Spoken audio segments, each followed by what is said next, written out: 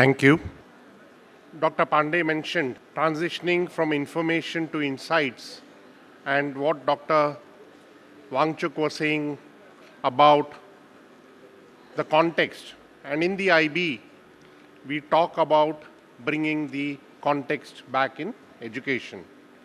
He also mentioned very briefly about play as part of early years education. I will touch a bit about that also, because I see a lot of schools and owners here running preschools as well.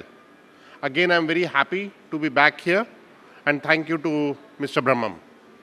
So what sort of world are we living in? We all know that the world has changed, as some of you attest to that. So that also means we have to rethink education, more so in our country, especially with the new education policy coming in, both into school education and higher education, because the straight path is from school education to higher education and higher education to industry. And as Mr. Wangchuk was showing, the usual myth is our graduates are not employable, right?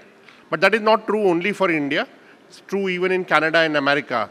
There's a huge demand that we should rethink and get our students ready for the world of the future. Today, we are talking about renewable energy, sustainability, and all those things. But these are generational issues, okay? When we were growing up, people were talking about the greenhouse effect. People were talking about ozone layer depletion. Then came the recycling and all that. Today, it's all about sustainability. Problems will keep coming, and it is the human who has to be ready to face these challenges. Okay? So our education has to align by getting our students ready for tackling these challenges. And as they say, the meta task of education is to transfer the human achievements for the next generation. We have a known world, we have the known history, but the future is uncertain, right? So we have to make them capable, enable them to face the future. So future of work and skills of the future are very, very critical. We talk about technology being there. We talk about disruption. We talk about the fear of AI or how AI is going to change the world. All of those things are there. But more and more people in the workplace, they say that they have to get that our workforce has to be ready for the future. And that can begin from a school level as well.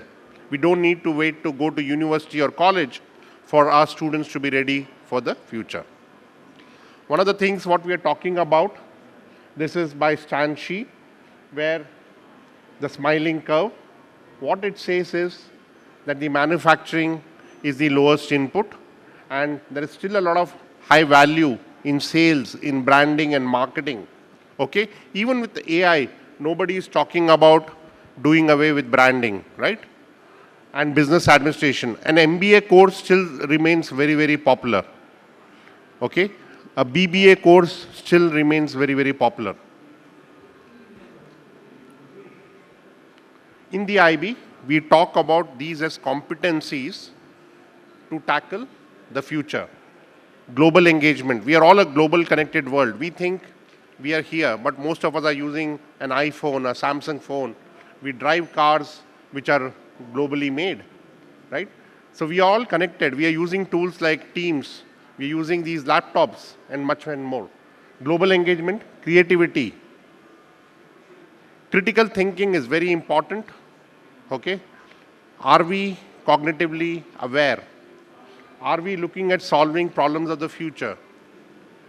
Collaboration. We are a globally connected world, and it is very important that we focus on collaboration. Habits, behaviors, and attitudes will be formed. The world of knowledge is dynamic in nature, and we always have to keep thinking and imagining, getting ready for the future.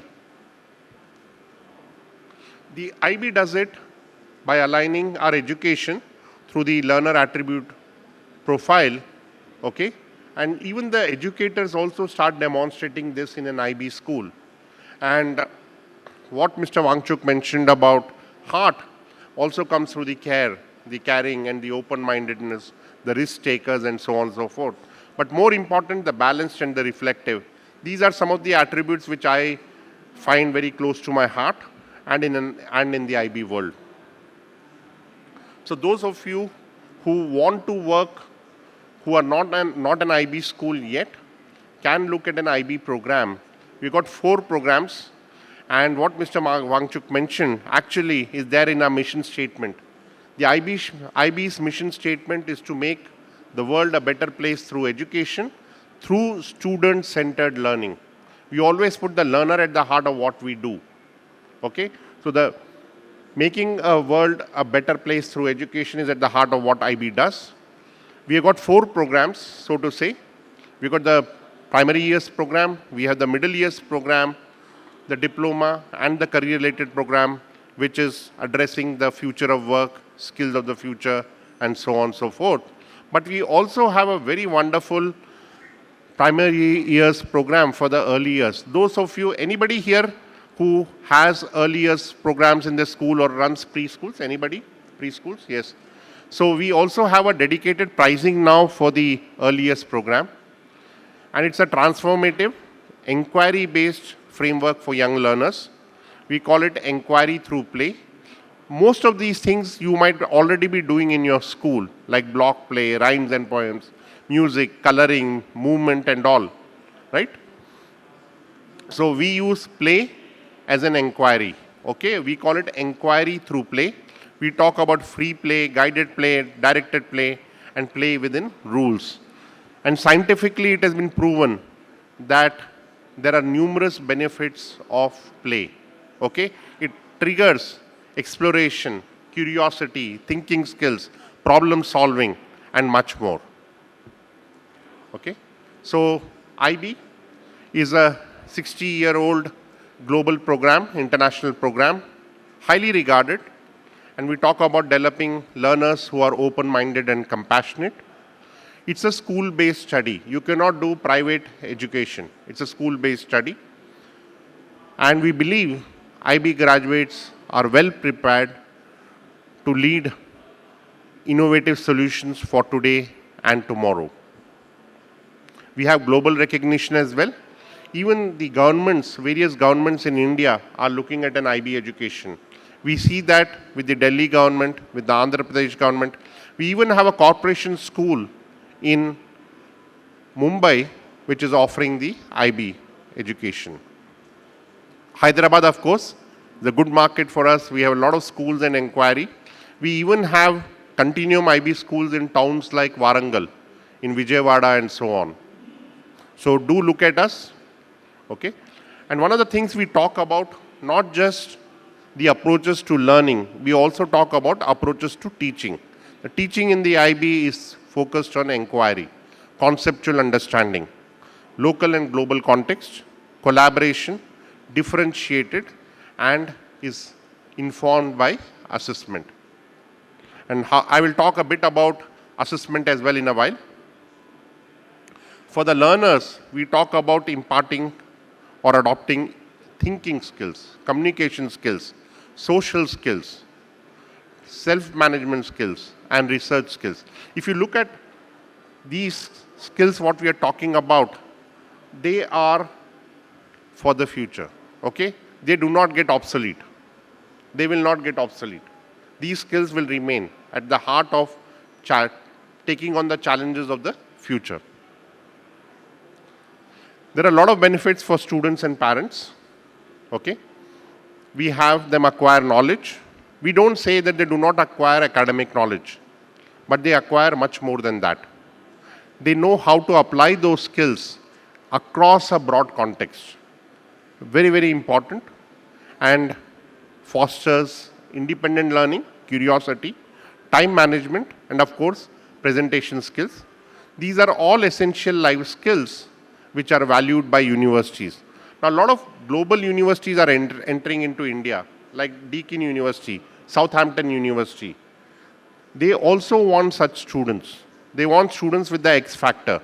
The community service, what they do at school, helps them get admission globally and in Indian universities.